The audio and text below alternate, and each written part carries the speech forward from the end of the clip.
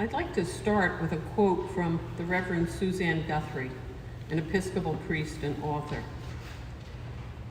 If I skim the surface of the gospel stories, taking them out of context, I find that I want Jesus to be a miracle worker, a magician, always rescuing me from tempests, real or imagined. The church year makes me go deeper.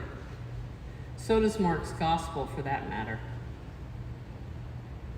As we emerge from pandemic restrictions, perhaps mourning losses of friends and family taken from us by COVID-19, trying to make sense of a 14-month period of lockdown and isolation that triggered not just a strain on each of us personally, but also on our medical and behavioral health systems and the economy, Mark's gospel is particularly relevant, as it tells the story of a suffering Messiah.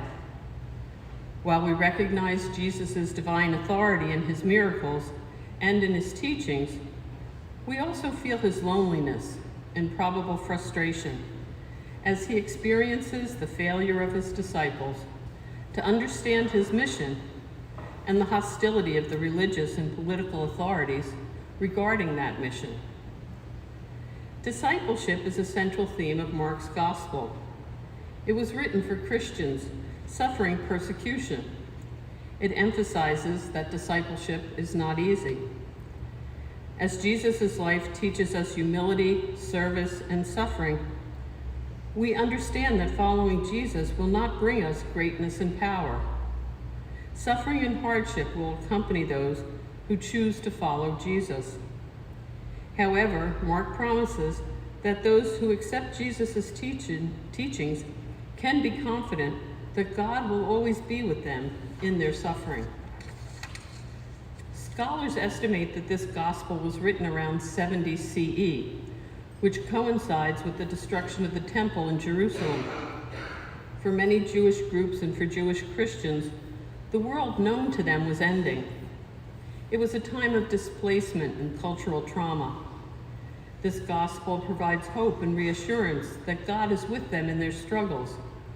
It tells us, the disciples of today, that God is with us too, as we try to make sense of a pandemic that has changed the world that we have known.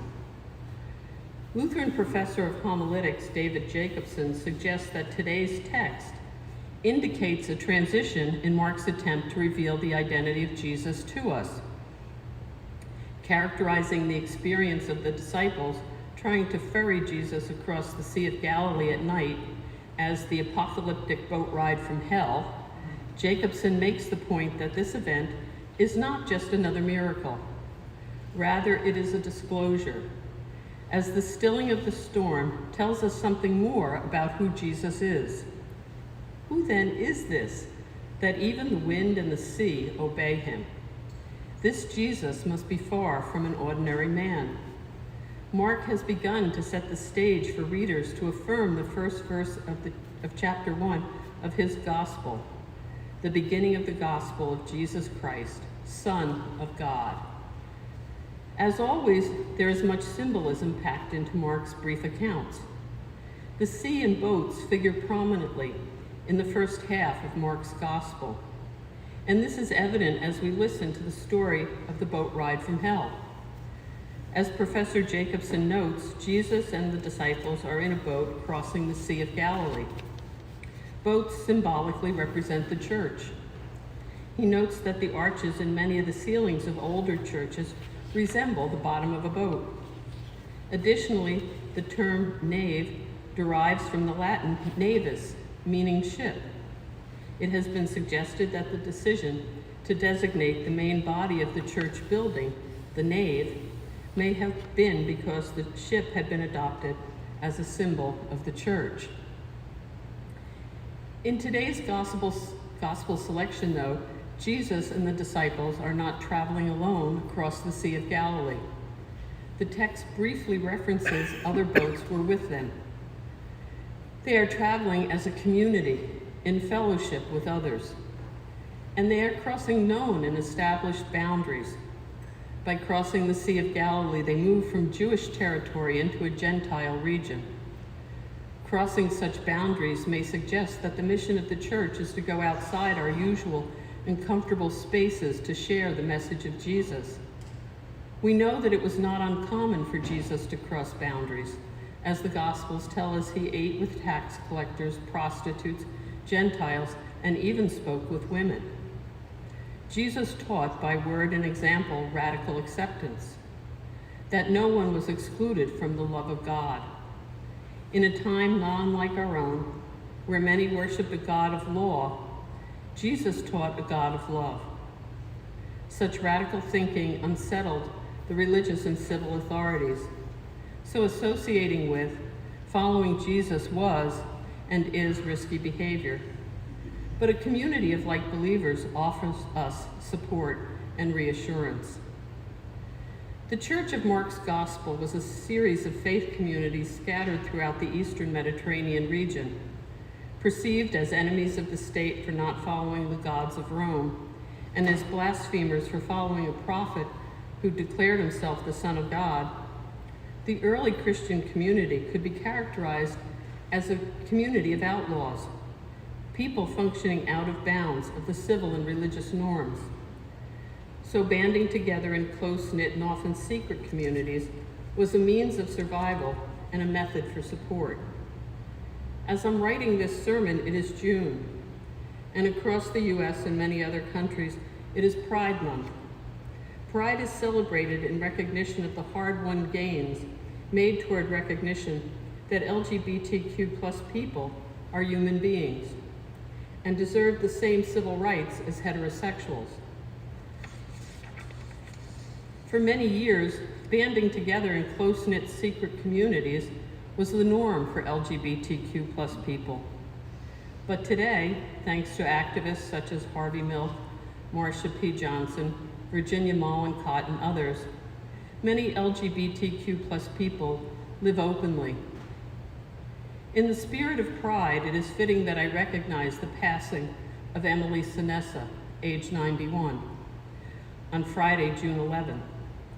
Emily and her wife, Jan Moore, resided in Ocean Grove. They were active with Ocean Grove United and with Garden State Equality, both civil rights organizations advocating for equal treatment of LGBTQ+ people. Emily and Jan shared their story of love and triumph over prejudice in the award-winning documentary by Robin Kampf, Love Wins. This film chronicles their relationship and their decision to live together with Jan's children from her marriage at a time when being LGBTQ+ was illegal and considered a committable psychiatric illness. Emily and Jan were out loud and proud in the battle for marriage equality in New Jersey. Emily's activism and her passing were noted by Governor Murphy. Emily, one of 8 children born to a father who was an Italian immigrant, grew up in New York City. She loved music, especially jazz, and most especially Ella Fitzgerald. She worked for Macy's in her early professional years in product research. It was during her time working in the labs of the textile manufacturer J.P. Stevens that she met Jan Moore, the wife of one of the scientists at the company. And the rest, as we say, is history. A history of almost 52 years of a shared life. When I had the privilege of meeting Emily and working with Jan and she on some presentations for Garden State Equality, she was well into her 80s.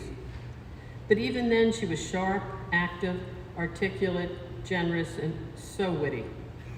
When presenting with her, she could engage and hold a room with her stories while making each person feel like she was talking directly to them.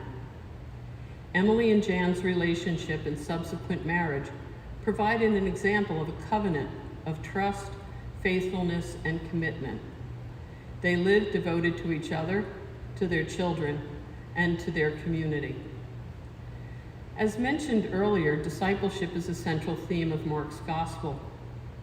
When we think about discipleship, frequently what may come to mind is following Jesus through an organized religion. As Mark emphasizes that discipleship will not be easy, being a disciple in a community where belief is reinforced makes the work easier. Following Jesus will not bring greatness and power, as Jesus' life teaches us humility, service, and suffering. While Emily was not affiliated with any church, her life certainly emulated what Jesus calls us to be and to do. She lived life humbly, caring for those she loved, and taking the risks that accompanied such actions in her time. And she did so with graciousness and humor. Emily understood discipleship. She lived as a disciple. May she rest in peace in her dwelling place in paradise, acknowledged by God as one of God's own, and received into the company of saints. I am certain Emily is busy helping at those pearly gates to greet new arrivals, making all feel welcome with her quick wit and warm smile. God's peace, Emily. But Emily's passing doesn't signify the work is done. If we are to live in a better world, the work for social justice continues. We celebrated Juneteenth yesterday, Freedom Day, yet we are watching the erosion of voting rights in many states by passage of restrictive election legislation. Assaults against trans women of color are also rising. And we haven't begun to adequately address the issue of police accountability. There is still much to be done because discipleship is not easy. Amen. Amen.